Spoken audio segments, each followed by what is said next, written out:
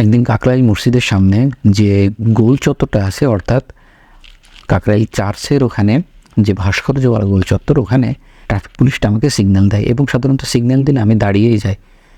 দাঁড়িয়ে যাওয়ার পর আমাকে সাইডে আসতে বলে আমি সাইডে যাই। আমার ড্রাইভিং লাইসেন্স যাবতীয় চেক করা, সেগুলো চেক করে দেখার পর আমাকে বলে, আপনি কেন এখান থেকে ইউটার্ন নিলেন? অর্থাৎ আমাকে ইউটার্ন নিতে হবে ভাস্কর্যের অপর সাইড থেকে, কিন্তু আমি ইউটার্ন নিয়েছি আইল্যান্ড থেকে সোজা যেয়ে আমি মগবাজারের দিকে চলে যাব।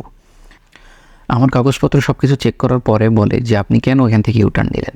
এখান থেকে ইউটার্ন নেওয়ার কারণে আপনার 3,000 টাকা ফাইন হবে, এখন আপনার নামে মামলা হবে। এবং কাগজপত্র চেক করার পর যখন সে দেখছে যে সব কিছুই ঠিক আছে, তখন আমাকে বলছে যে আপনি ওই ট্রাফিক পুলিশের সাথে কথা বলেন। তো ট্রাফিক পুলিশ আমাকে একটু সাইডে নিয়ে বলে, দেখেন ভাই, আপনার তো 3,000 টাকার মামলা হইতে পারে, আপনি কাজ করেন, একটা কাগজের ভিতরে 500 টাকার একটা নোট গুজে আইল্যান্ডের উপরে ফেলে দিয়ে চলে যান, তাহলে আপনি আশা করা যায় এই সমস্যা আর পড়বেন না।